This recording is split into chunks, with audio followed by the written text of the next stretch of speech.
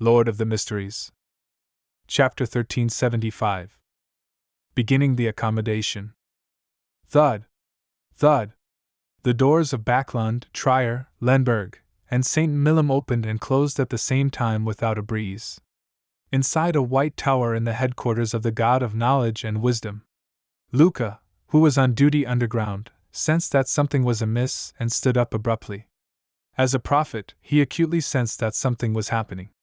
The elder in a brass-threaded, white robe immediately used a mystical technique and arrived at the entrance of the underground area. He pushed the door open. However, the door that wasn't considered heavy to a demigod didn't budge as though it was sealed by an invisible force. Luca Brewster didn't attempt to forcibly open it as he cast his gaze deep underground. There was silence. There was no sound. This isn't normal.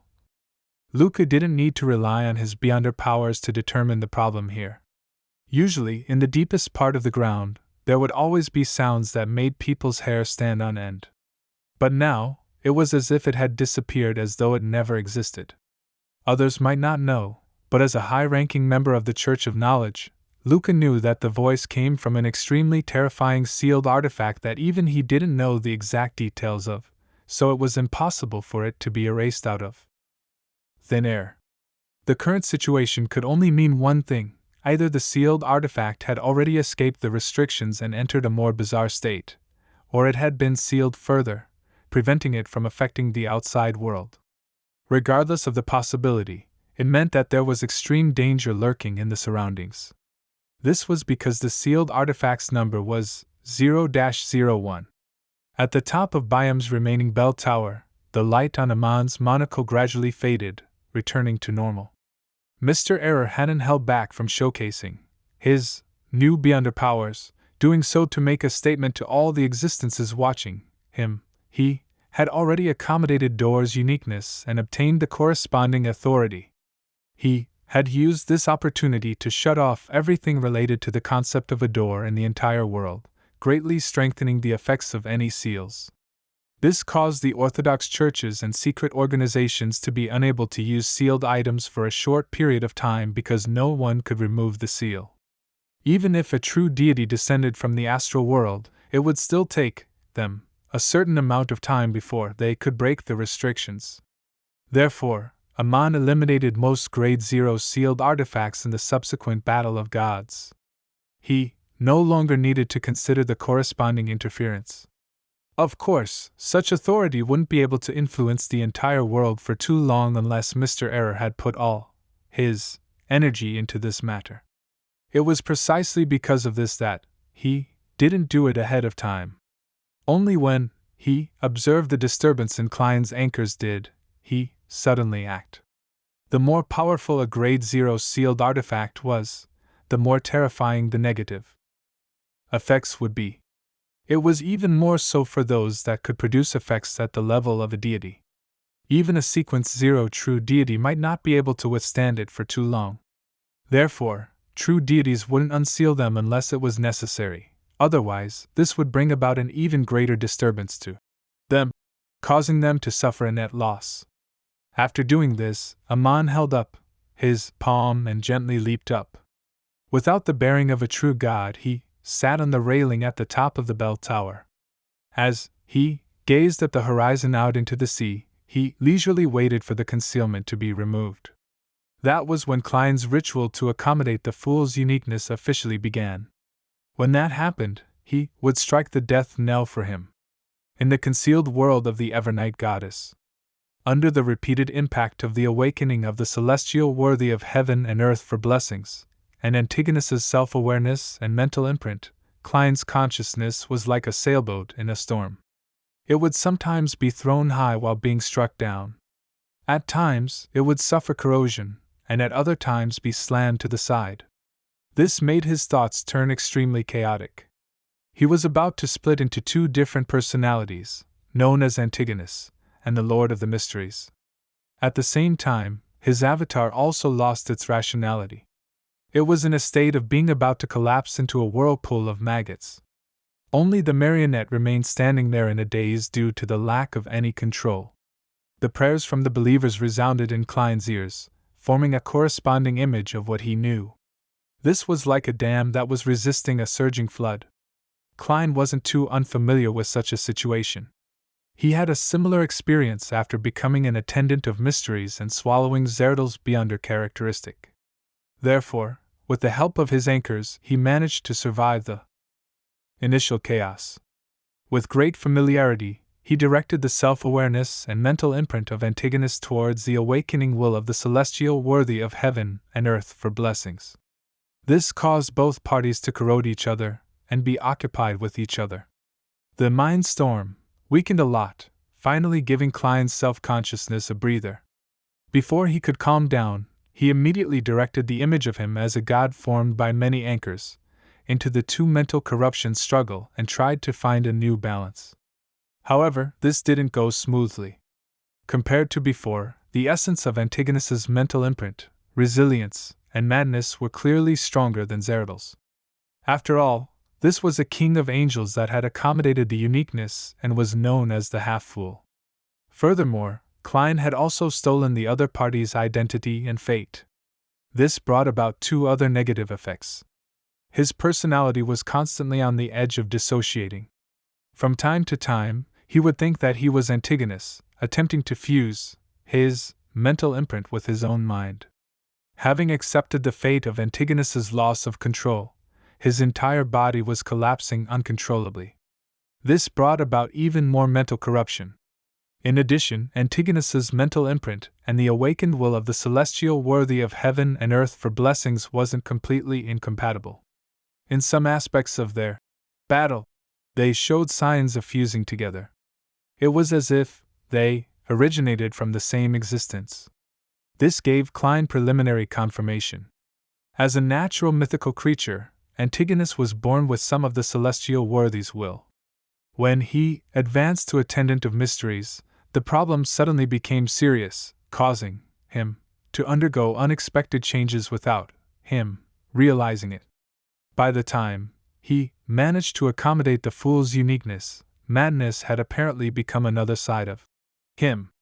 In other words, before completely losing control, Antigonus was already a mentally sutured monster to a certain level. His self-awareness and mental imprint were part of the celestial worthy of heaven and earth for blessings, and this was something that couldn't be separated by using theft. Compared to him, Zerdel's mental imprint was much cleaner. There was only a small portion that belonged to the celestial worthy of heaven and earth for blessings. Most of it came from Zerdel's intense emotions at his deathbed. The reason why the two were different was that, apart from the fact that Antigonus had accommodated the fool's uniqueness, the former had become the attendant of mysteries at the beginning of the fourth epoch. At that time, the will of the celestial worthy hadn't weakened to the state it was in during the late fifth epoch. Without being able to form a new balance, the speed of Klein's breakdown became faster and faster. More than half of his body was formed from transparent and distorted maggots, and he extended slippery and sinister tentacles into his surroundings. Just as he was trying his best to maintain his consciousness and not give up searching for a new balance, his collapsed body, Antigonus's crazy mental state, and the consciousness of the celestial worthy of heaven and earth for blessings all fell into a deep sleep. This caused all the changes to stop abruptly and return to normal. As for Klein's self-consciousness, he used his trait of resisting dreams and the invasion of his mind to maintain his clarity of mind. That's right.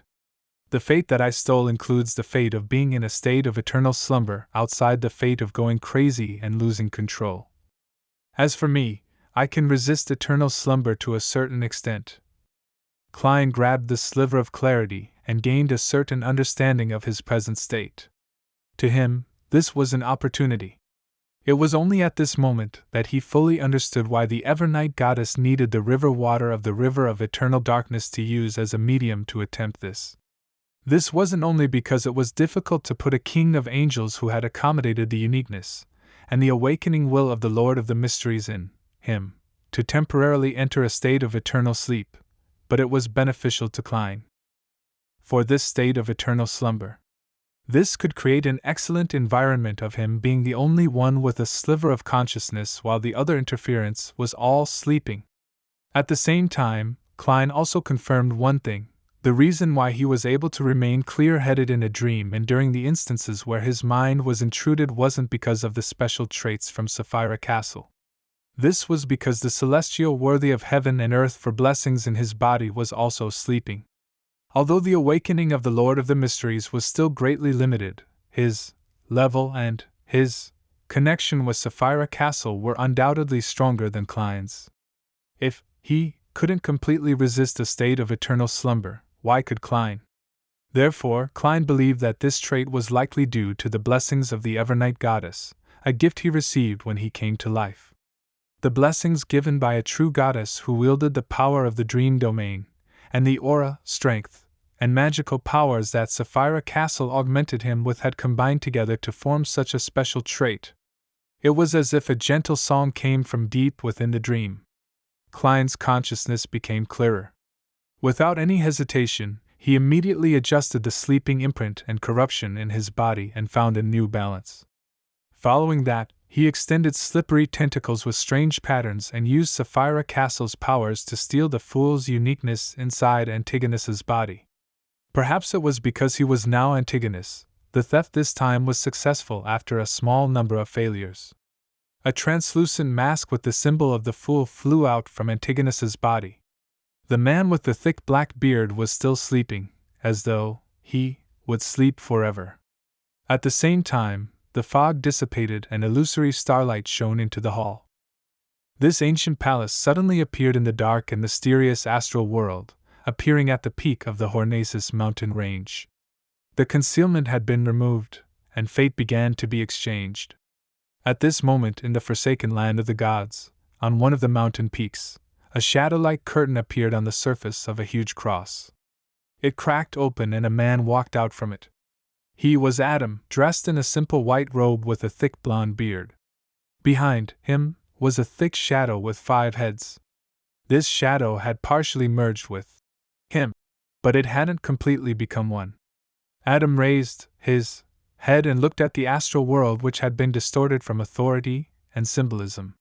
He smiled calmly and said to the shadow behind him, "They don't seem to be aware of the reason why I used visionary as the foundation this time. I've never told anyone about the results of this research." Just as he said that, he proclaimed in a solemn and deep voice, "I am one, and also infinity, the beginning and the end." His eyes suddenly turned illusory as an ocean that seemed to contain all possible colors that appeared around him. Adam then raised his hand and grabbed the silver cross pendant hanging in front of his chest. A burning but illusory sun suddenly appeared above his head. To his left, lightning, squalls, and waves formed a supercilious phantom. On his right, there was a white tower with numerous brass eyes. The authorities and symbols that Adam had envisioned entered his body one after another under the influence of the Chaos Sea. Finally, the shadow that clung tightly to Adam's back shrank into his body. Suddenly, the sea that contained all the colors began to rise. Adam expanded into a giant shadow that seemed capable of holding up the world. The shadow slowly walked on the water surface of the illusory, chaotic darkness. It pointed at the astral world and solemnly declared, "Let there be light!" In a blink of an eye, the entire astral world lit up. There were no other secrets that could be concealed. Even portions of the astral world that connected to Earth, the entire astral world, and the invisible barrier that had been separated from the universe appeared. At that moment, giant, indescribable faces seemed to cling to the transparent, cracked barrier, silently watching the developments inside.